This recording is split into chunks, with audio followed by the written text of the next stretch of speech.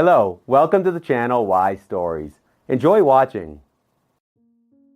Melesio was shocked when he saw Gennaro. He immediately rushed towards him, firmly shook his hand, embraced him, and gave him a friendly pat on the shoulder. After his close friend had gone abroad, Melesio Gil didn't expect to see him so soon. "Wow, what a surprise!" Melesio exclaimed. The young man had recently taken over his father's business. Since his father regularly took him to work, involving him in business affairs, Melesio quickly grasped the ropes. The company thrived under his management. Both Melesio and Gennaro attended the same private school and later inherited their father's businesses. "Look at you, all grown up. Hitting the gym, right?" Gennaro asked, patting him on the shoulder. "I actually came home for a few months. I don't really like being abroad. I'll probably return home. That's enough traveling for me," Melesio replied. "Wow, one piece of good news after another. You really made my day, Gennaro. I'm so glad you're staying." They sat down at a large table as soon as the secretary brought coffee. She reminded them about the contract that he needed to sign today and then left them alone. "Is it true you're planning to marry Clara Ramos? Women like Clara are good for flings, but marrying them is not a wise move," Gennaro said. "You sound like my mother," Melesio waved him off. "Well, maybe you should listen to your loved ones. I genuinely care about you, like a brother. I don't want you to fall into the trap of another girl who thinks she's a great seductress. I just want you to be happy, and believe me, there's something off about this Clara. She's not reliable." Melesio wasn't paying much attention to his friend. He often had doubts about the sincerity of his fiancée, and his mother constantly nagged him. But Melesio himself didn't know if the desire to test his fiancée's sincerity was his own or if he was succumbing to the pressure from those around him. "It's too early for you to get married. You still have so many things to do ahead. Then there's the wedding, kids. Do you think it's easy when you have kids? No. If you're an average Basilio who abandons his wife and kids, there's no difference. If you're like me, a full-fledged parent, then it's not that simple. I love my daughter to bits, but there are a lot of problems with kids. Enjoy the quiet and peaceful life while you can," Gennaro said, laughing. They talked about business, relocation, and foreign currency accounts. It was just like old times, friendly conversation mixed with business matters. Melesio enjoyed the pleasant time he spent with someone he could trust. After work, he decided to visit his mother. She was supposed to hand over some documents to him that he hadn't yet transferred to his name. Lately, catching her at home could be considered lucky. "Haven't you changed your mind yet?" the woman asked. Marcelina looked about 10 years younger than her age in her passport.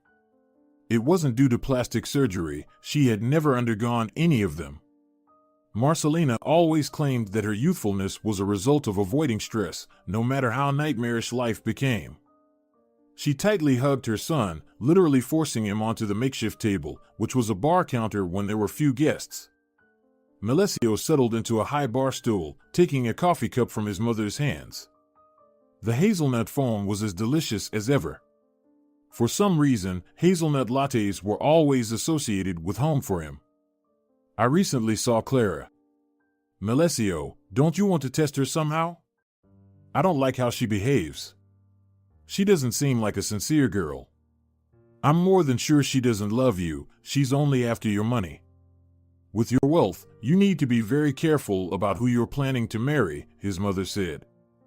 "Mom, why is everyone nagging me about this?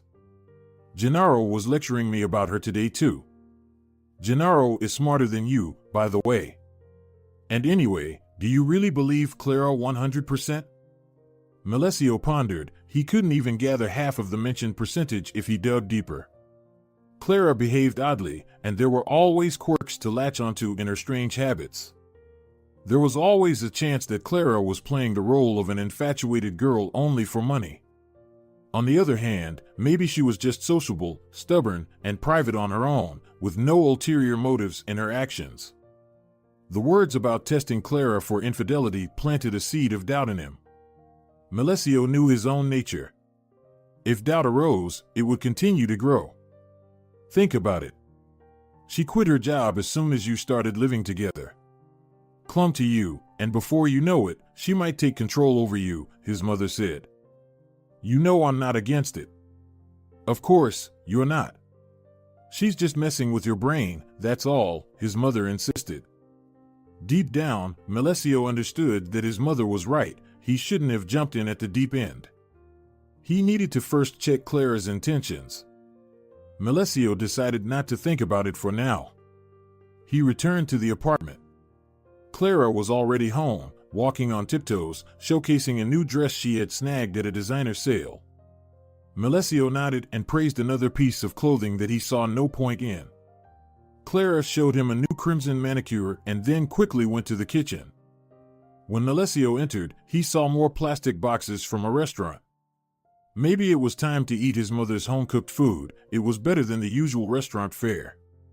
By the way, Clara was an excellent cook, but once they started living together, she gained access to his card and stopped cooking altogether.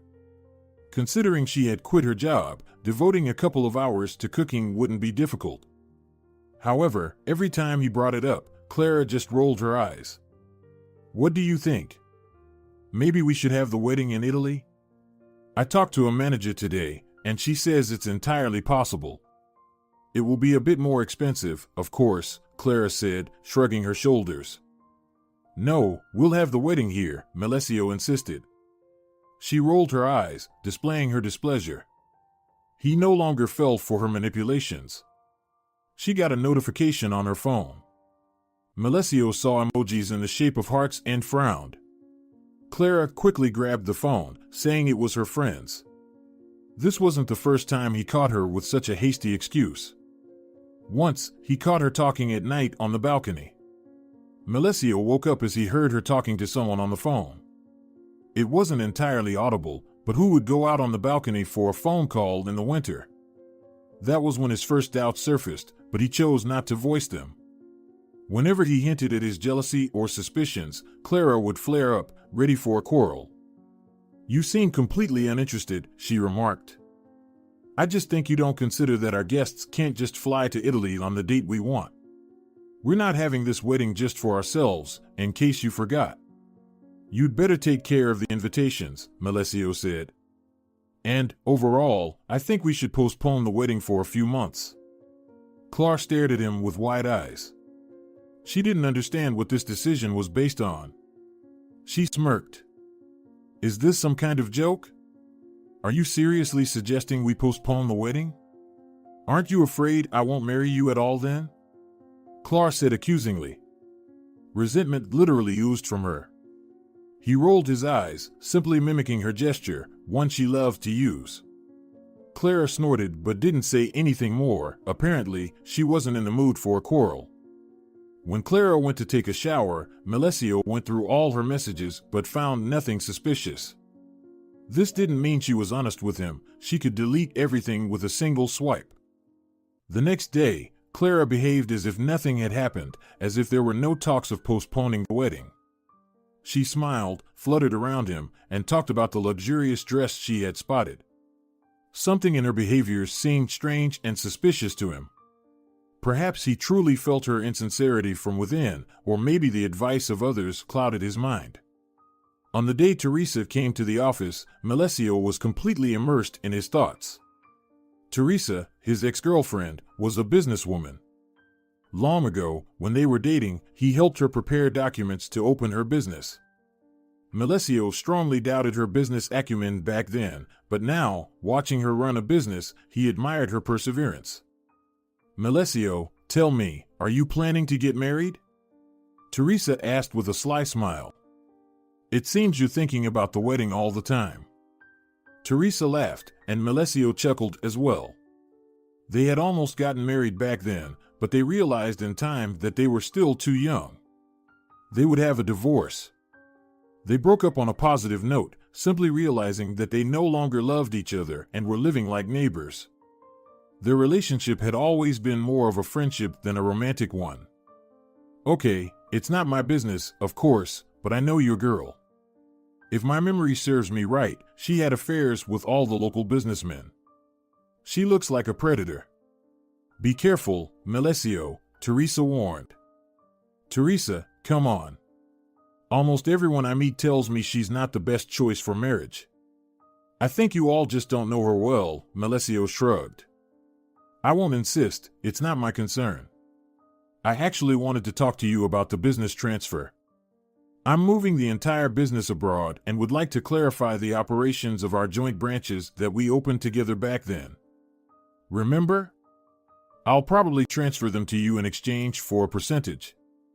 If you agree now, I'll talk to my lawyers and we'll settle it soon, Teresa said. The conversation shifted entirely to business matters. Melesio reviewed the documents, and the situation was acceptable to him, with him taking over management and giving her a percentage. However, what disappointed him was Teresa's decision to permanently move abroad. Apparently, Gennaro's experience had no effect on her. As soon as Teresa left his office, she bumped into Clara in the corridor. Clara's eyebrows shot up to her forehead. She stared at her ex-boyfriend's former flame, examining her from head to toe. What the hell are you doing here? We're actually planning to get married, so you shouldn't come here, Clara snapped. Calm down, baby. We have purely business matters, although I doubt you'd understand. Your skills probably wouldn't even be enough for a business conversation, Teresa retorted. Clara couldn't stand it when Teresa flaunted her business skills. Even more, she hated it when Melesio used Teresa as an example. Clara envied Teresa greatly, but instead of honestly admitting it to herself, she clashed with this young woman every time. If you think he'll leave you for me, you're wrong. Oh, so Susano isn't with you anymore? Did Timoteo also dump you? Did Evaristo decide that you're too dumb for him?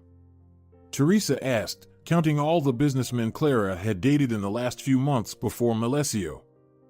That's none of your business. And if I tell him, he won't even say hello to you anymore, Clara retorted. Teresa burst into laughter, openly mocking the girl, clearly not intending to yield to her. Teresa laughed so hard that tears welled up in her eyes. Clara was so infuriated that she couldn't influence Teresa in any way, so she stormed into her fiancé's office. Even when the door slammed shut, Clara could still hear Teresa laughing. Clara pointed demonstratively at the door. What was she doing here? Why is she coming to your office? Clara shouted. Clara, calm down. I don't need you to make a scene here too. She came to transfer part of the business. Don't make a fuss, Melesio said as calmly as possible. And couldn't you discuss such things over the phone? The girl exclaimed. Either you talk calmly now, or we won't talk at all. Clara was even more astonished at how he talked to her.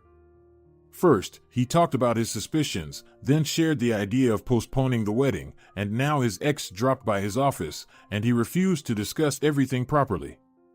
Clara felt a volcano of anger boiling inside her. A little more, and she would explode on him. I'm talking to you normally. It's you who have been making scenes lately, like a little girl. First, you postpone the wedding, then you suspect me of something. Do you even realize how humiliating this is for me? Everything was fine until your friends and mom started giving you advice, Melesio calmly stated, despite his visible effort to contain himself. He wanted to put her in her place once and for all, so there would be no more scandals. It irritated him that she couldn't keep herself together. At the slightest provocation, a scandal erupted, one that everyone in the vicinity could hear. I won't keep quiet. If I said you don't listen to me, then that's the way it is. Either we talk normally or I'll cancel this damn wedding, she yelled. Then cancel it, Melesio roared, banging his fist on the table. Clara lost her ability to speak. She felt as if someone had hit her on the head with a bag, and she looked at him in disbelief. She couldn't believe he didn't fall for her manipulation. Everything got even worse. She hoped he would immediately back down because she had done everything to make him lose his mind. And now Melesio simply refused the wedding as soon as she mentioned it. That's how it is, Melesio said sternly. He stood up and adjusted his jacket. The man straightened his back, looking directly into his bride's eyes. You turn around quietly now and go home. Think carefully about your behavior. I'll come home, and we'll calmly discuss the situation. If there's any kind of scandal, I'll do as you said, cancel the wedding. I'm not going to marry a girl who creates emotional roller coasters the moment she wakes up. Go now. Clara blushed with anger so much that her face resembled a tomato. She puffed up her chest as if trying to contain a growing scream. Clara abruptly turned on her heels and stormed out of the office. Melesio sat back in his chair and placed his palms on his temples. He was so tired. On the day he came home, Clara was quiet as a lamb. He mentioned that they would visit his mother the next day, and Clara agreed without a word. Until the last moment, Clara couldn't find common ground with Marcelina. If she could win his mother's favor, the wedding would undoubtedly take place. However, every time the girl tried to find common ground with her, Marcelina bluntly rejected her. After lunch, as they were getting ready to go out of town, Clara was already preparing a speech in her mind. She planned to play the victim. She was a poor girl who fell in love, and Melesio just manipulated her. Clara repeatedly replayed the phrases in her head that she would tell Marcelina. However, when they arrived, Melesio's mother greeted her as coldly as ever. They sat at the table, had dinner, and engaged in conversation. Clara behaved meekly, below the radar. Marcelina communicated with her almost through clenched teeth. Melesio could see the tension between them escalating, but he didn't take any action. All recent situations only confirmed his mother's words. He needed to somehow test Clara for infidelity before she caused any real trouble. Besides, getting married wasn't the best decision considering their current relationship. A stamp in the passport hardly had the power to change Clara's attitude towards life and towards him in particular. Melesio stood up and went outside when he received a call. Through the window, he could see how he was sitting a few meters away on the long curb along the fountain. Why aren't you supporting me? Don't you have any female solidarity? Do you even know how you raised your son? He takes advantage of how much I love him, manipulating me. The last time he even said he could cancel the wedding, Clara said. Marcelina smirked. Her self-satisfied face irritated Clara even more. Listen, girl. If you think I'll go against my own son for some unknown girl like you, you're seriously mistaken, Marcelina quickly replied. We've been together for a long time, so I'm not that unknown. You're probably one of those mothers who can't let their sons leave the nest. You're just waiting for him to stay with you until old age. Keep your tongue shut. You haven't grown up yet to teach me about life in my own home. My son is a grown man who stands firmly on his own 2 feet. I never raised him as a mama's boy, but you appeared in his life so suddenly after sleeping with all the well-known local rich men. You just liked that he not only had money but was also young. Luckily, my son is starting to realize that you're far from the best option, Marcelina said. Clara's eyebrows rose again. She looked at Marcelina in surprise, who demonstratively avoided eye contact. The woman poured herself half a glass of wine, sat on a high bar stool, took a sip, and closed her eyes. I've been in this world for too long, and believe me, dear, you're taking on too much. You might think you're so smart, a master manipulator, and a great seductress. But believe me, Clara, for people like me, everything is clear about you. My son will grow up and understand that he did the right thing when he declined to marry you. And something tells me that there won't be a wedding between you two. If you're accusing me of something, then say it straight, insisted Clara. She demonstratively shouted this phrase as Melesio entered the house. She wanted to show that Marcelina was simply turning Melesio against his fiancé, but instead, she only planted more doubts in her fiancé's mind. Oh, Lord, you can't even go without your manipulations here. Listen, dear, I never hid my feelings towards you. I believe you're marrying my son only for money. I can say it to your face privately or right in front of him, Marcelina declared. And you're just going to leave it at that? Clara shouted, staring at Melesio. Melesio looked at his mother wearily. She just shrugged, as if she had done nothing, making it clear that this joint dinner wouldn't end well. Melesio sat at the table, pretending nothing had happened. Once again, he discussed with his mother the idea of selling the seaside house and putting 2 plots, left untouched, up for sale. Clara opened her mouth in surprise that her outrage had gone unnoticed.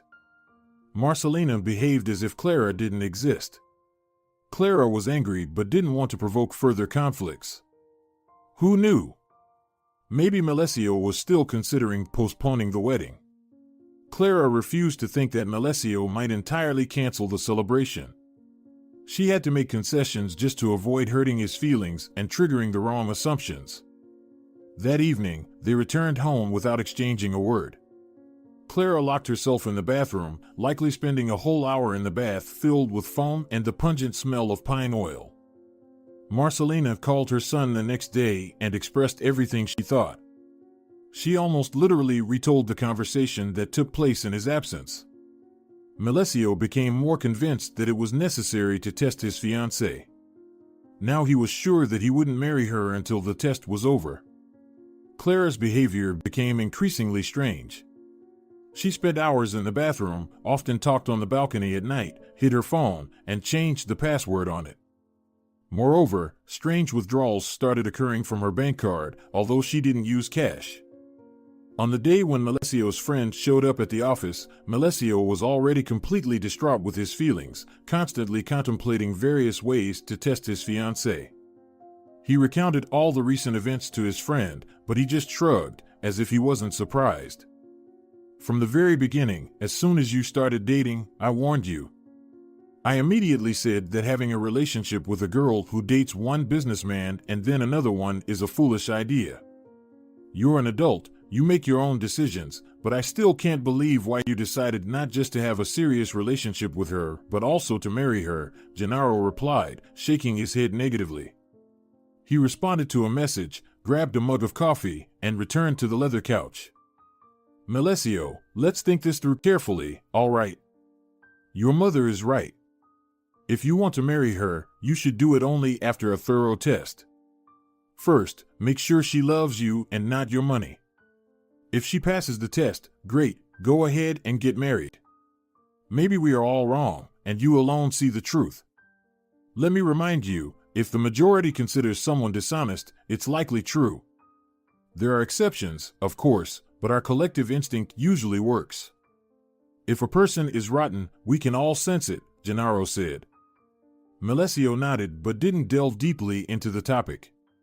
However, he listened to a few ideas Gennaro proposed for the checks. One option was to claim that the business had collapsed and everything had to be sold. However, this story required careful preparation. Another suggestion from his mother was to involve doctors to prearrange falling into a coma. This option was much more preferable, and he could lie in bed while keeping his ears sharp. While Melesio was contemplating this option, he didn't attempt to put it into action. That evening, Melesio returned home earlier than his fiancée. He was sitting in the kitchen, drinking freshly squeezed pomegranate juice, listening to the street noise outside. Suddenly, he heard a familiar voice and almost immediately understood that it was Clara. I told you that nothing is clear yet. Everything has become so complicated that I didn't expect him to start doubting me. His mother, that woman knows no bounds at all. She doesn't understand what tact and politeness are. She makes a scene right next to him, and he endures it, never once standing up for me against his mother, Clara complained with a hurt tone. From the outside, the conversation seemed quite standard. Clara, as always, was venting to her friend over the phone, who sighed on the other end. Clara would come home, speak her friend's words, and again set conditions for him. You know it yourself. Am I supposed to do everything by myself? Actually, we came up with this together, in case you've forgotten. You know, if you think everything will go smoothly, you're sorely mistaken. Now I have to behave like a delicate flower to ensure the wedding takes place, but I can't because all of this irritates me, Clara said. Now it was clear that it wasn't her friend on the other end of the line. Melesio tensed. He mentally reminded himself that he needed to visit the doctor. He had to test her as soon as possible. He didn't like all these conversations and the strange behavior of his fiancée. Clara entered the apartment as if nothing had happened, mentioning that she had bought beef and would prepare a delicious dinner. She asked if he could help her chop the salad. She behaved genuinely softly, with no complaints, smiling, laughing, and not even mentioning the conversation with his mother. Something was off. Melesio went to Esteban Soto. He greeted him a little late due to the many patients ahead. Esteban was his father's friend, someone reliable even in seemingly hopeless situations. Melesio explained the family situation to the doctor. However, when he suggested intentionally putting him in a coma, Esteban refused. "Are you out of your mind? It's like lying in a coffin for a joke. No one can't prank anyone like this." "God doesn't forgive that," Esteban said. "I'm begging you, I just need it for a couple of days. I'm sure she'll break down very quickly. Cover my eyes, lay me on the bed, and set up some four with vitamins so I lie there sick and immobile. Everything will be fine." "I'll pay you well," Melesio pleaded. He was practically begging, knowing that finding another doctor who would agree to such manipulation would be extremely challenging, especially finding someone trustworthy. Anyone from the outside could easily take the fiancé's side, get more money from her, and spill the truth. "I don't need money, but if you can get my nephew a job, I'll be glad." He finished his courses as a programmer with good, expensive training. But without experience, no one wants to hire him. He's a responsible guy, learns very quickly, and loves this work. "He just can't find a job," Esteban said. "We'll do it today, Esteban. I'll call right away." Melesio immediately pulled out his phone, dialed the HR department, scheduled an interview for the guy, and told them to take him in and assign Federico to an internship. Esteban didn't expect the situation to unfold so quickly. They discussed all the details, also preparing for unforeseen circumstances. On the same day, Esteban prepared the room and set up the four stand. They checked Melesio's general condition just in case. They indeed blindfolded him, so it wouldn't be visible that his pupils were moving, but everything else depended on Melesio. He felt the denouement was close, but was still worried that he was wasting time. When his mother found out that he had agreed to the check, she was ecstatic. She said she would play along perfectly, come with the girl herself, and see what would happen next. Melesio slowly handed over his responsibilities, delegating them to his deputy. He entrusted Gennaro to oversee the case, just in case. The check could take a few days, or it could take a whole week. Marcelina called Clara in tears and told her that Melesio had a heart attack. They brought him to the hospital, and he fell into a coma. Choking on tears, Marcelina said the situation was very bad, and Clara needed to come urgently. Clara dropped everything and headed to the hospital. Marcelina was standing by her son's bed, crying and wiping away tears. Even a master of the art of acting wouldn't recognize that she was lying. Marcelina gasped for air and covered her mouth with her hands, sobbing. Clara was standing by her future fiancé, watching him from the side. She surveyed the fort and the room itself, sat in a chair, immediately dialed a phone number, and held the phone to her ear. Little did she know that Melesio could hear both her and the person on the other end of the line. "Looks like we're in trouble. We didn't make it, the wedding is at risk. I have no idea what to do next." "He's now in a coma," Clara snapped. "What? In a coma?" the man asked. "Yes. Are you deaf or something? I need to talk to the doctor. Maybe there's some chance he'll pull through.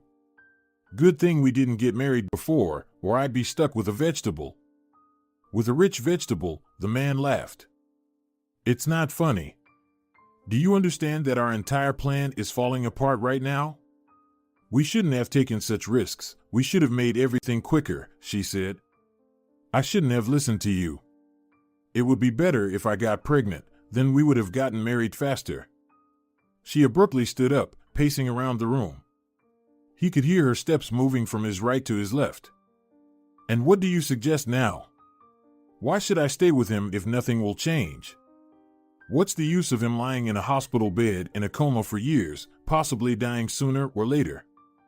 She went somewhere, and Melesio was left alone. He was afraid to move because he didn't know if anyone else was in the room. His old acquaintance worked in this hospital. She was supposed to come and say that no one else was there. She was the only person, besides the head doctor, who was aware of the entire situation. Meanwhile, Clara was standing outside the head doctor's office. She glanced at her watch, walked along the corridor, and grabbed her phone. Clara quickly typed a message, then sat back down on the couch. When she was invited into the head doctor's office, Clara jumped up and literally flew into the room. He stared in surprise at the disheveled girl. Esteban gestured for her to sit.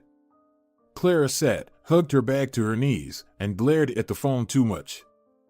The head doctor worked with people for a long time. He could literally determine the person in front of him by their face.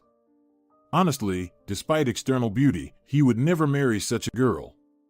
It was evident what kind of character she had, and he clearly wouldn't want a life partner who could betray him at any moment. What's the chance out of 100 that he'll recover? Clara asked. Honestly, I can't give it any chance. It's probably 1% out of 100 that he'll come to his senses. Believe me, the brain damage there is severe. As a doctor, I shouldn't say this, but even if he wakes up, it won't end well. Most likely, he'll be immobile and won't be able to return to his normal life, Esteban said.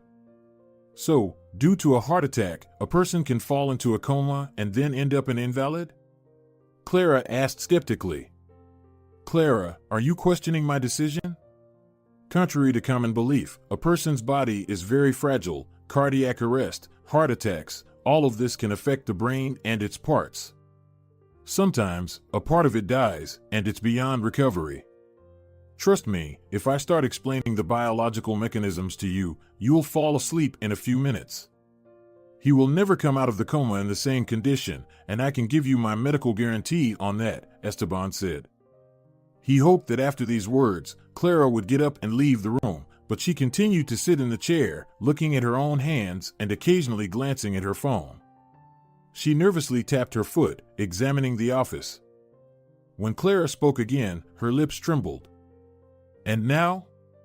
Is there a very small chance he'll come out of the coma, and if he does, he won't be a normal person anymore, right?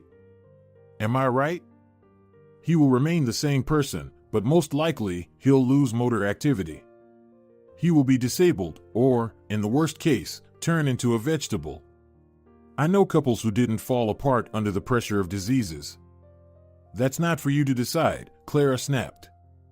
She stood up and left the office, leaving Esteban alone. The man stood up, left the office, and went downstairs. He entered the room and locked it with the key in his pocket. He looked closely at his room. Esteban announced that it was him, no one else was in the room, and he relayed the conversation with Clara in as much detail as possible. The man lay on the bed and couldn't believe he had experienced all of this. He almost married a girl who was ready to reject him. Melesio expected that it would take a few days for her to leave, and then he would find out that she decided to stay with him, that she loved him and wanted to be with him regardless of his condition. But it turned out that a few hours were enough for the test. Esteban sympathized with Melesio, but he was sure that everything was already on the surface. Thank you for giving my boy a job. He's happy to work at your company. If you endure him for half a year for him to gain experience, I'll be immensely grateful to you, the doctor said with a warm smile. I've already heard good things about him. I'll be glad to have such an employee on a permanent basis, Melesio smiled. Melesio, understand me right. When your dad got married, I was happy. Marcelina is a wonderful woman who never holds a grudge against anyone. You can go through thick and thin with her. They lived soul to soul for so many years that their souls never doubted each other. It's the perfect example of a family, Melesio. And if someone only wants money from you, what's the point of regretting losing such a person? Maybe you should just be happy? Esteban asked. You're right about that, Melesio said. Melesio remained alone. He knew that now no one would let anyone else in. He could calmly remove the bandage and just wait for instructions. If, during the visit, the bride appeared, he would lie back on the bed as if nothing had happened. When his mother arrived, Melesio was ready to tell her everything. But when he saw Marcelina's face, it immediately became clear that something extraordinary had happened. She breathed heavily, clearly very angry. Marcelina bit her lips in anger, as always when she restrained negative emotions. She's such a wretch. Can you imagine?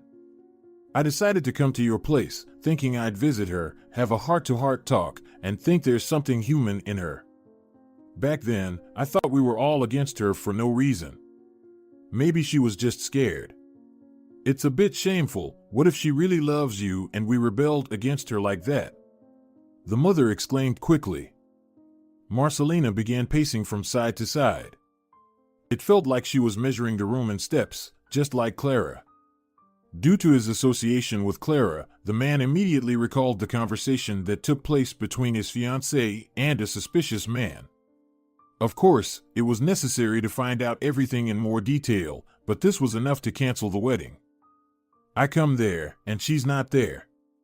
Can you imagine that she packed her things, left a terrible mess behind, and vanished? She's an awful person.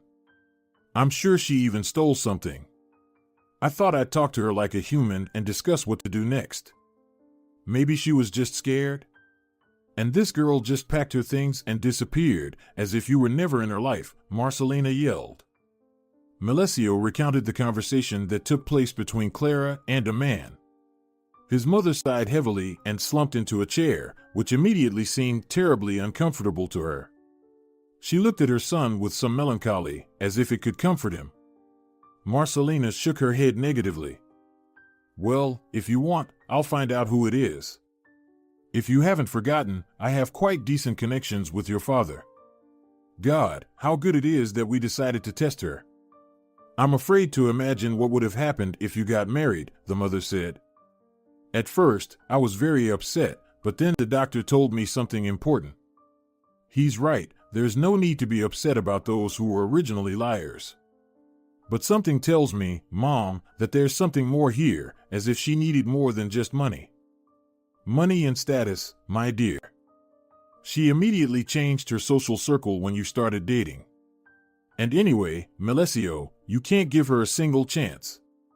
You need to find her and make a scene. She must know her place, the mother sharply retorted. Melesio himself hoped to find his former fiancée within a few days and talk to her, exposing everything. Melesio hoped to learn the truth and not be too disappointed. Suddenly, there might be something more behind all this than just a pursuit of money. It's frustrating to realize that someone agreed to marry you only because you have money. They talked with his mother for about half an hour. She promised to pick him up in a few days, as soon as he said so. Melesio was already looking forward to returning to work, dealing with contracts, and going to meetings. For now, he just wanted to stay calm and maintain a rational approach. He needed to think about how to have a conversation with the person who so callously left him in a difficult moment. Ada entered the room.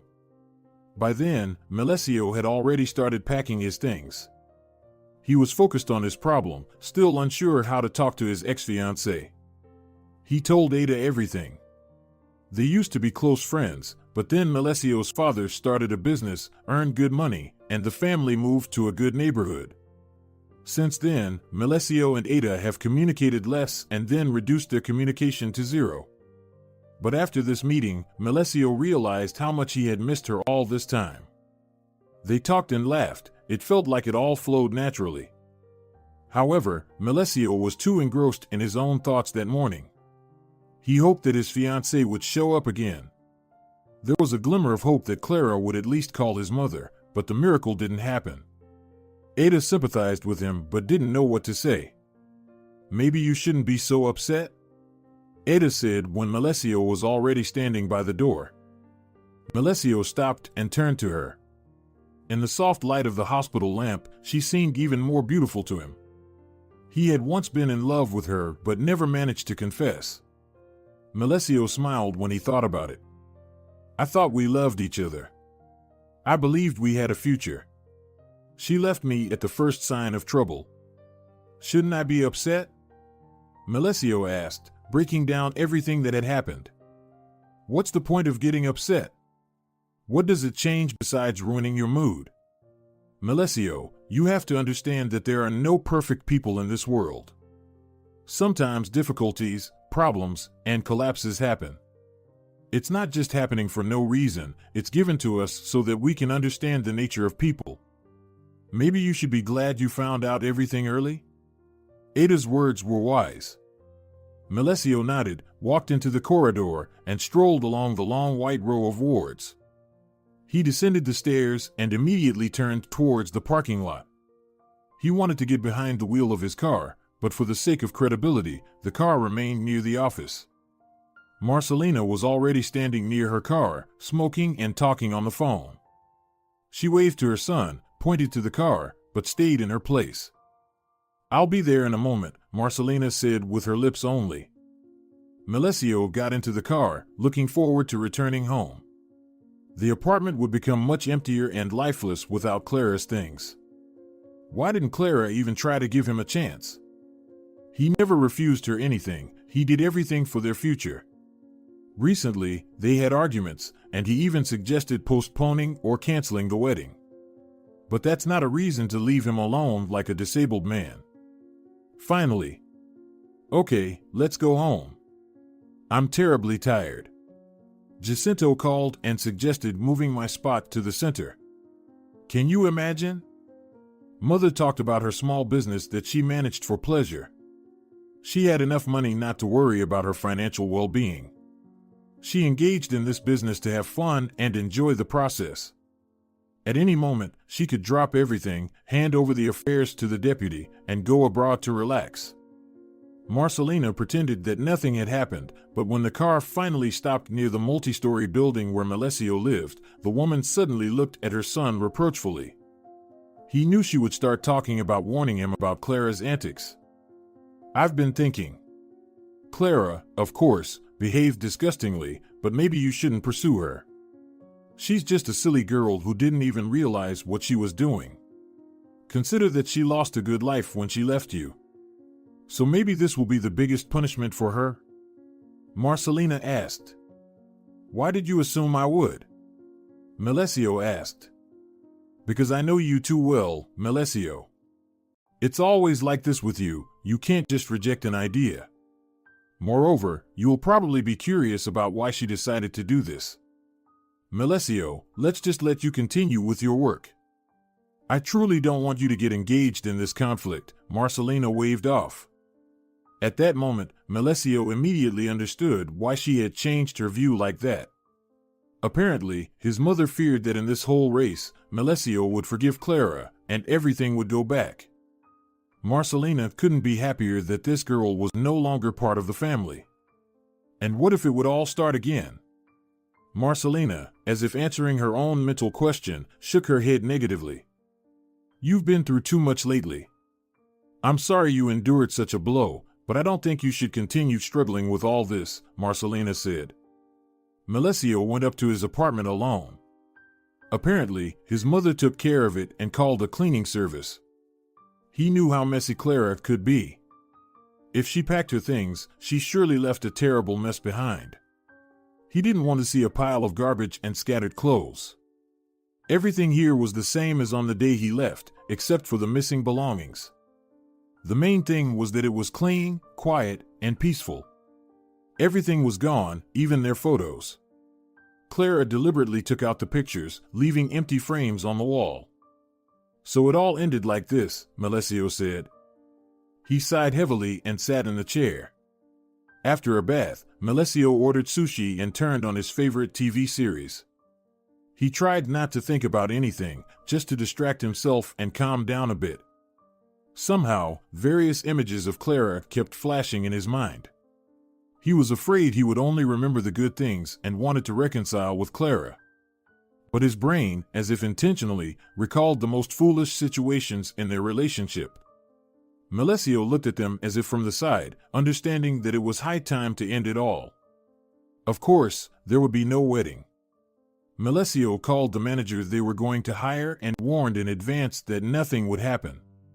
Luckily, there was enough time. No one had done anything yet, not even sent out the invitations. A few days later, Melesio woke up to a strange sound. He raised his head and heard someone wandering around the living room. He got up slowly, approached the door, and then opened it abruptly. Out of surprise, Clara screamed, covered her face with her hands, and only after a few seconds realized what had happened. "Oh my God!" she exclaimed, staring at Melesio. It took her a moment to think about what was happening.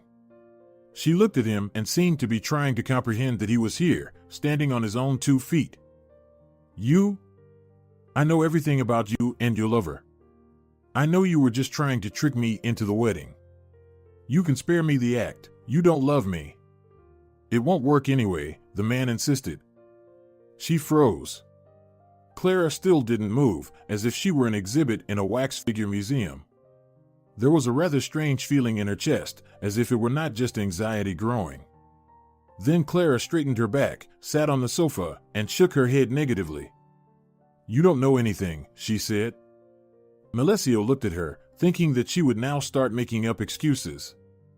He didn't even suspect that she was tired of playing cat and mouse and was about to reveal everything straightforwardly.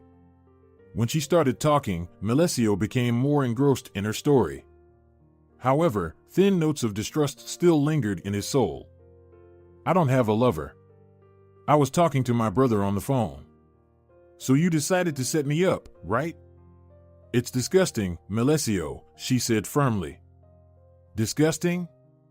Don't you think you have too high an opinion of yourself?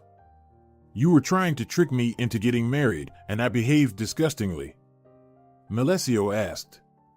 At that moment, he realized he didn't have feelings for her. He didn't need to take the test to understand whether she was honest with him or not. It helped him understand whether he was honest with himself. "Your late father is not really your father, he's my father," she said. Melesio froze. He stared at her, but Clara didn't rush to explain everything. She went to the kitchen, made herself coffee out of habit, and sat on a stool, looking out the window. "You know, my mother died before he passed away. She told me that my father was a businessman. When my mom got pregnant, my dad was just a regular worker. But another guy was also interested in my mom, and my dad was unreliable. He showed up and then disappeared. My mom decided that it was better to choose this thug, but at least she would be with him, like behind a stone wall. She didn't say anything about the pregnancy." Clara took a deep breath. She traced a strange pattern on the tablecloth with her finger. Melesio listened to her without interrupting. He knew that Clara quickly lost her train of thought. He didn't want to disturb her unnecessarily. "In short, after I was born, a few years later, they gave birth to my brother. But life didn't go well. My stepfather drank, and my mother stuck with him until he died, playing the savior, hoping she could save him. And my brother and I celebrated when he finally died. He wouldn't beat us anymore or invite his buddies in. My mother says my father became a big businessman. At almost the same time, he married a woman with a little child, practically a baby. So, this baby is you. He lived with this woman. And I just wanted to restore justice. To start with, get married with you to at least get a part of that money."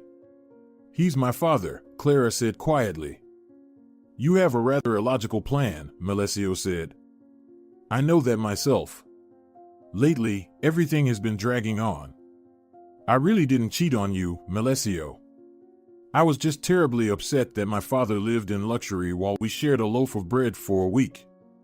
It hurt that you had everything, although you meant nothing to him. And I, his own daughter, just languished in poverty." Clara fell silent. Melesio simply nodded, realizing that he had nothing to say. On one hand, he understood that she was going through a tough time, but it all seemed strange. They said goodbye, yet nothing had been resolved. Just a day later, Melesio was already at his mother's house, recounting practically everything to her. He hoped that Marcelina would laugh it off and say it was all nonsense. "He really wasn't your blood father. We wanted to have other children, but it didn't work out. We tried several IVF attempts, but nothing worked, and I wasn't willing to go for surrogacy. He loved you very much as his own son. He never treated you differently, never said a word that you weren't his biological child," Marcelina spoke. She took out a bottle of wine, poured herself a glass, took a sip, and tears welled up in her eyes. "I was very young and foolish, Melesio.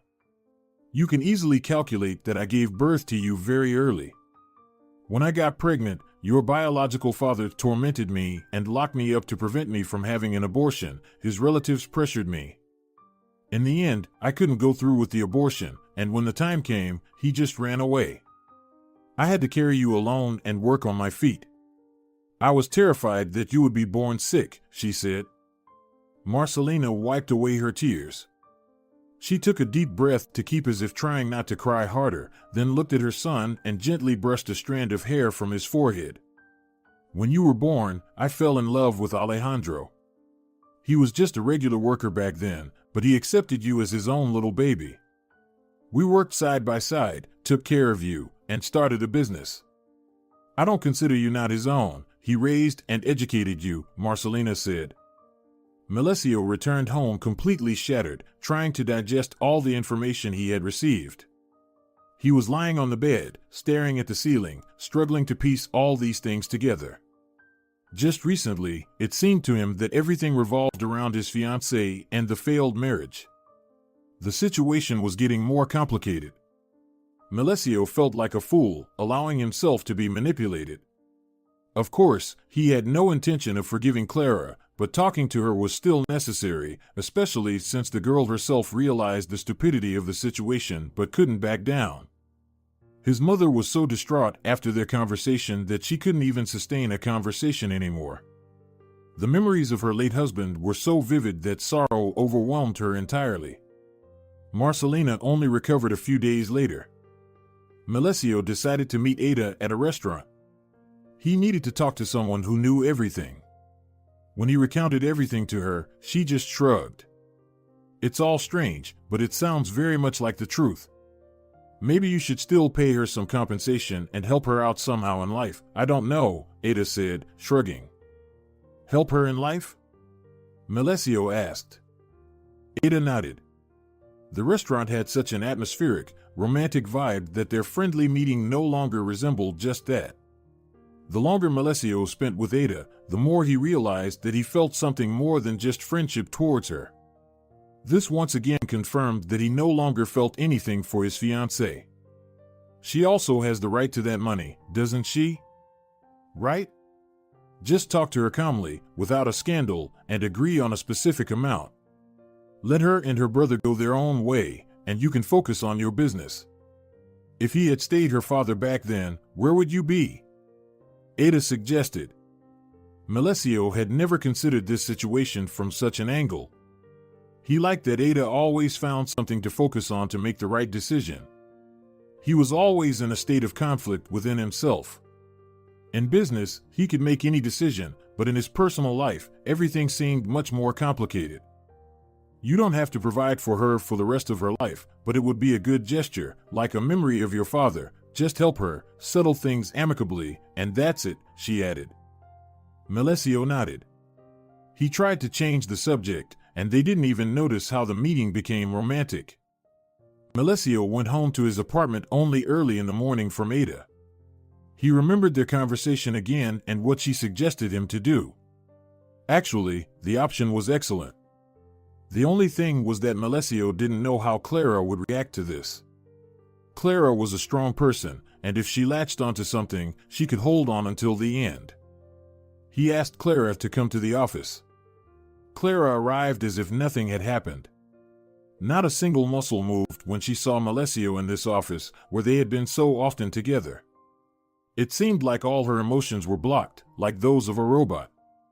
Clara looked at him impassively, not even attempting to engage in a dialogue. "I think we shouldn't see each other after everything that happened," Clara said.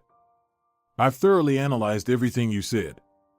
I've decided that it really seems like the truth. A lot of time has passed, and you and I won't be able to verify anything. So, I suggest you spend some money. I'll give you money and completely transfer one of the branches to your name. You and your brother can take control, earn, and run the business, Melesio said. Clara was surprised. It was immediately clear that she didn't expect such things from him. She looked into his eyes attentively, as if trying to find a catch there. Melesio just shrugged, as if showing that there was nothing surprising in his decision. After all I've done, you're giving me compensation? I knew you had a kind heart, but this is strange. Do you want to set me up later? Clara asked. Nonsense, you need to tone it down a bit and start trusting people, Melesio replied. If I had grown up like you, with a silver spoon in my mouth, then maybe I would have trusted people. You can't imagine what I've been through, Clara answered shortly. Melesio felt somewhat insignificant compared to her. Clara took a deep breath, as if she had calmed down a bit. He handed her the documents, which she promptly signed after reading them a few times. He created an account for her in the bank, transferred the sum there, and completely handed over the branch under her management. Now she could run her own business and no longer worry about the finances.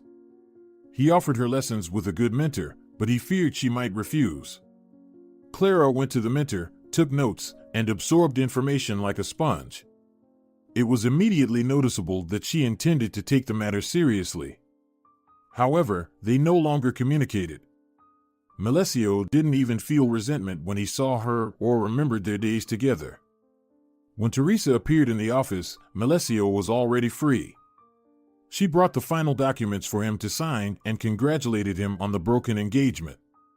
In reality, Teresa came to say goodbye as she decided to permanently move to Japan. I'm really glad you're free from that. I understand it sounds strange when you're congratulated on a broken engagement, at the very least. But seriously, if you had gotten involved with that girl, nothing good would have come out of it. I'm sorry for being so gleeful, but I know her inside out, Teresa said. Melesio nodded but didn't ask any more questions. They sat at the table, chatting like in the good old days, discussing business matters as if nothing had happened in their world. When I think about how we started, it's hard to imagine what we've become. You're all businesslike and truly an adult. You know, Melesio, when you got your father's business, I seriously doubted you could do anything, but now you're one of the most promising entrepreneurs in our region, Teresa said. Honestly, I had severe doubts about myself back then. You helped me a lot when you believed in me. Do you think I don't remember that? I remember everything well. Teresa, you, and Mom were the closest people to me at that time, and believe me, I'll never forget that. Even if you need help and support there in Japan, call me anytime, Melesio said with a smile. She hugged him, pressed against his chest tightly, and then let go forever. They shook hands for the last time, hoping to see each other someday. Soon everyone left the office, and Melesio was left alone. Teresa was one of his few friends. It was hard to lose a person to whom he was so attached. Until the end of the working day, Melesio tried to distract himself with business matters, but it was still sad that his whole story was falling apart, everything was changing. A few months ago, he had a good friend, a fiancé, and now there was nothing. There was really nothing to regret. Teresa decided to develop business abroad, which was really commendable. As for Clara, it was better to have no fiancé than one like her. Melesio was glad to see how Clara was trying to manage her small business. He hoped that she would have more strength and opportunities to scale it further. She was really making an effort, and he was glad that he had taken a step back. After work, Melesio went not home but to Ada's place. Her small apartment near the hospital seemed incredibly cozy to him. Ada had a lot of things, and there was little space in the rented apartment. Some unpacked boxes even stood around after a recent move, but for him, it was just part of the overall comfort they created together. Melesio lay on the bed, staring at the ceiling, feeling Ada snuggling up to him. These relationships were not at all like those with Clara. Ada was kind and, most importantly, simple.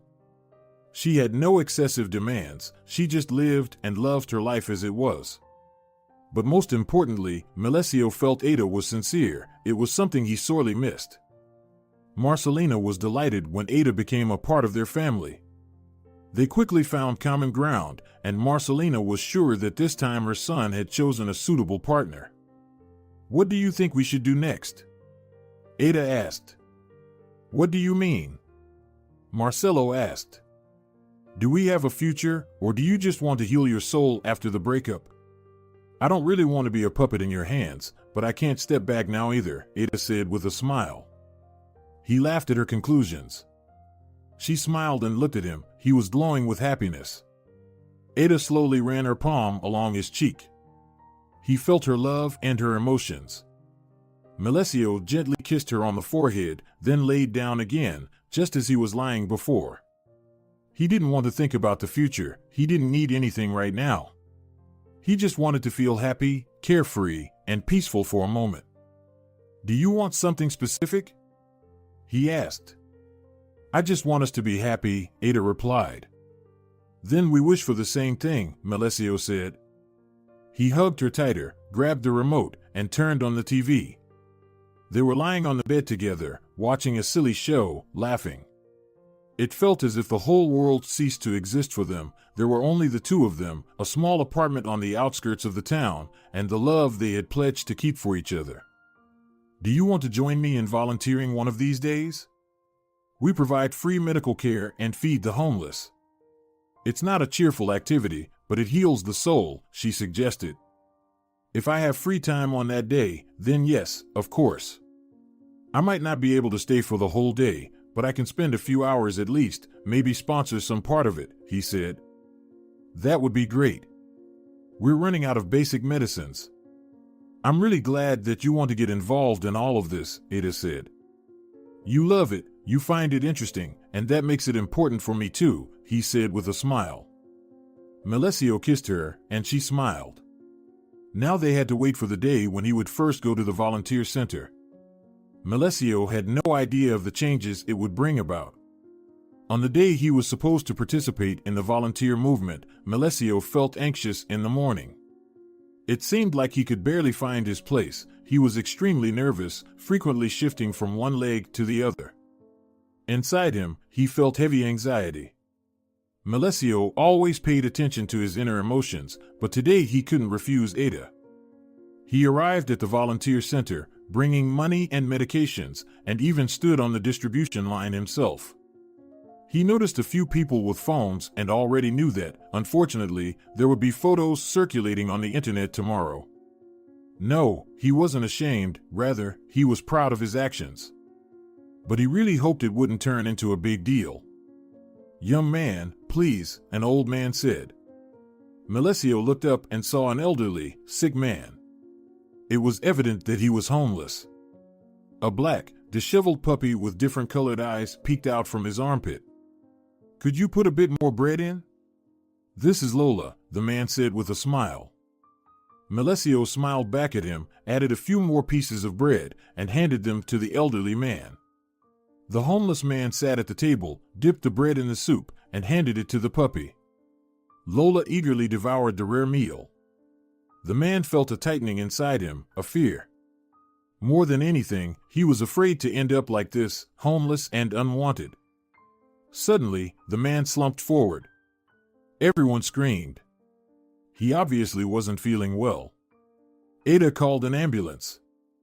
They quickly loaded the man into the ambulance and took him away within minutes. He needed a rare blood type, and when Melesio found out that their blood types matched, he immediately agreed. "You two look so alike." "Melesio, what if," Ada began, but she didn't finish her sentence. They were standing in the corridor, waiting to see what would happen next. Melesio held little Lola in his arms, though it was strictly prohibited to bring any animals into the hospital. He just couldn't leave the small, helpless puppy alone. Who knew? Maybe the little one wouldn't make it until the owner returned. "Let's not start this conversation," he said. "Why not? Just do a DNA test, and that's it. Can you imagine what a miracle that would be? What if he's really your father?" Ada exclaimed in amazement. Melesio simply shook his head. He didn't like this idea at all. He wasn't going to turn his life into a reality show. A father is the one who raised and nurtured you. My father's name is Alejandro. I don't need another one. It won't change anything anyway, he said. Melesio left the hospital, heading towards his car. Ada stayed at work. He stopped by a large pet store, bought everything necessary, and made sure the little puppy was comfortable: a bed, a bunch of toys, a small leash, and a collar, likely one that could be adjusted as Lola grew. When he brought the small creature into the apartment, he couldn't believe that he now had a pet. Of course, Lola was here temporarily, she had an owner, and perhaps they were each other's only close friends. Early in the morning, Melesio woke up to a phone call. Ada called from the hospital to say that the man had passed away. It turned out he was seriously ill, and no blood transfusion would have saved him. Melesio looked at the small black puppy, sleeping soundly, cuddling against his side. He had no idea how the puppy managed to climb onto the bed. Melesio stroked its fur, thinking that it was now truly his pet. When Marcelina entered her son's apartment, she warmly hugged the little puppy. Lola was happy with the new acquaintance, too. Imagine how strange it is. All this time, she lived on the street starving, and now she has a luxurious apartment and premium food, his mother said, laughing. People with an average salary save up or take a loan to get a dog for $5,000, and you have a lot of money but get yourself a homeless one. His mother laughed at her harmless joke, and Melesio chuckled as well. Lola barked, as if understanding that they were talking about her. When mother and son sat down at the table, Melesio handed his mother the phone with a picture of the homeless man.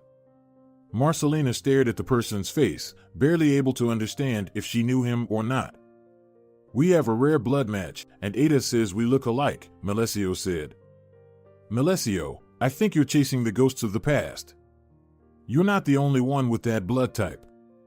There's nothing surprising here. I'm sorry you found out about your father's story so unexpectedly, and I didn't tell you earlier. I won't recognize the person in the photo. Perhaps it's your biological father, who has changed a lot. But I feel that if he were your biological dad, I would recognize him even after all these years. Although life presents different situations," Marcelina said. She took the coffee from her son and sat at the table, swinging her leg. The puppy was lying on her lap, sweetly dozing, while she was stroking it and smiling. "You've changed a lot. You got a dog, finally chose a good girl, and engaged in volunteering. All the local groups are filled with your photos. I know you don't like publicity, but you can't escape it. Anyway, it will positively impact your business," Marcelina said, shrugging. He looked at her but didn't know what to say. In truth, Melesio wasn't thrilled about all these photos. He wished his volunteer activities wouldn't be so prominently displayed. He was doing it for himself and for other people, not to entertain the public. "You know, I see how well you've settled here and how you're dedicated to your work. I might stop traveling back and forth, get myself a dog too, and visit the shelter today. It's time to settle down and love," Marcelina said, gently stroking the puppy's head. "Don't you have any plans to get married?" "You're still young, Mom," he said with a smile. Marcelina laughed, then tousled her son's hair. He loved it when she did that. This gesture reminded him of his childhood. "You know, I thought about it not long ago, but it's impossible. I loved and still love your father very much. Alejandro was a wonderful person. I doubt I'll meet anyone else. I'll carry this love through my entire life," she said with a smile. Melesio didn't press for a different answer. It was nice to realize that his parents loved each other so much. On the other hand, he really wished his mother would find another close person. They were sitting in the kitchen, chatting, and playing with the little puppy. Melesio looked at the dog and thought that somewhere up there, a little guardian angel had given this puppy a wonderful life. 2 days later, Clara showed up at the office. She brought a whole box of gifts that Melesio had given her. Clara no longer looked as confident and audacious as she did on the day he revealed the cards to her. Now she seemed more like a slightly intimidated girl. "Are you into volunteering now?" Clara asked, standing in front of his desk, holding the box with both hands. Photos are everywhere, and they say the young millionaire is not ashamed of his hobby. Hobby? I wish they'd chosen a different word. You know, I'm not at all happy with those headlines, Melesio said. Clara nodded. She placed the large box on the table and shook her head. Melesio knew she was gearing up for a conversation.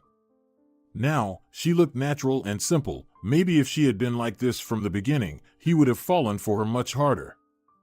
I brought all your gifts. I don't think it's necessary to keep them. I didn't deserve them. Listen, Melesio. Clara paused. She sat down, looking at her own feet, afraid to lift her eyes to him. He smiled as soon as she looked at him. He hoped she would relax a bit and express herself. I'm really sorry for what I did, truly. I'm terribly ashamed of it. Sometimes I think it's all because of my stupidity.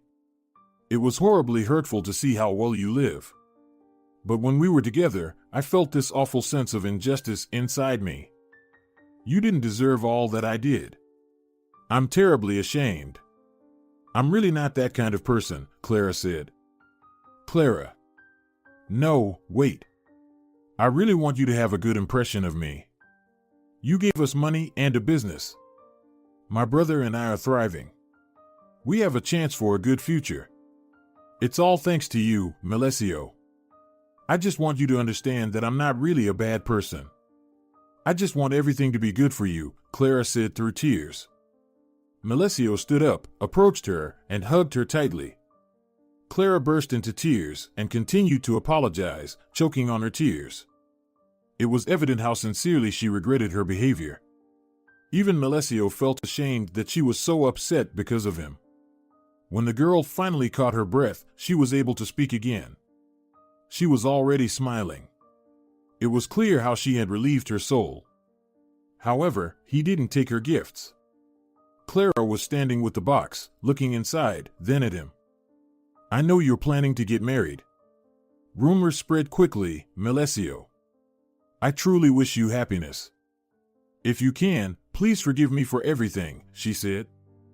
I have already forgiven, Melesio said. As a farewell, he hugged her tightly, opened the office door, and knew that he probably wouldn't see her again in such a context. Maybe they would communicate about business, but any other contacts were out of question. The wedding took place 2 months after that conversation. Unlike Clara, who chose everything expensive and best, Ada was not so fixated on money. She opted for a simple white evening dress and skipped the wedding celebration. They signed the papers, had a beautiful photo shoot with a rented, truly royal, luxurious dress that was Melesio's choice, and then simply sat in a restaurant with their closest people. When Melesio and Ada visited Marcelina, there was no longer that strange feeling of unease. Melesio knew there would be no arguments, they got along perfectly. He just wanted to enjoy some time at his parents' home. They brought little Lola with them because now she had a friend at his mother's house. How nice that you came. I've already prepared a bedroom for you. I didn't expect you to stay for so many days. I'm so happy, Marcelina said. When Ada went upstairs, Marcelina took her son's hand. He recounted everything that happened during the conversation with Clara. Marcelina just nodded, looking meaningfully into her son's eyes. I'm very proud of you for what you did, giving her a chance to succeed in life, not taking back the gifts, and forgiving her after all that. Lately, I've been thinking a lot about her too. Maybe she's not such a bad person after all. She left you in a coma just because she didn't want to give you any false hope. Even then, she understood how awful she was behaving. You know, I met with her recently, Marcelina said. When? When you had already talked to her. For some reason, I decided that I needed to talk to her. We met in a cafe. She had been crying almost the entire time, apologizing and saying that she's really not that kind of person.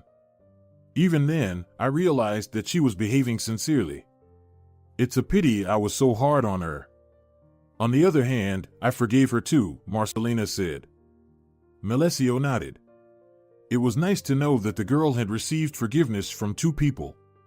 Surely, her life would take a turn for the better after these conversations. Marcelina patted her son's shoulder firmly. You chose an amazing woman for yourself. Ada is kind, caring, and sincere. Besides, your life has changed quite a bit since she came along. I'm very glad that you get along so well, living soul to soul, just like Alejandro and I used to. I hope everything goes well for you in your personal life, Marcelina said. When Ada started to descend the stairs, Marcelina fell silent. She smiled, inviting Ada to the table. I was just telling your husband how lucky he is to be with you. He became much gentler and more sensitive when he started living with you. And after the wedding, I think he became even gentler. He has been through so much. You came to him as a reward. I mean that in a good way, Marcelina said. The girl was completely embarrassed. Ada's cheeks turned pink. He loved watching his wife blush. There was something cute and modest about it.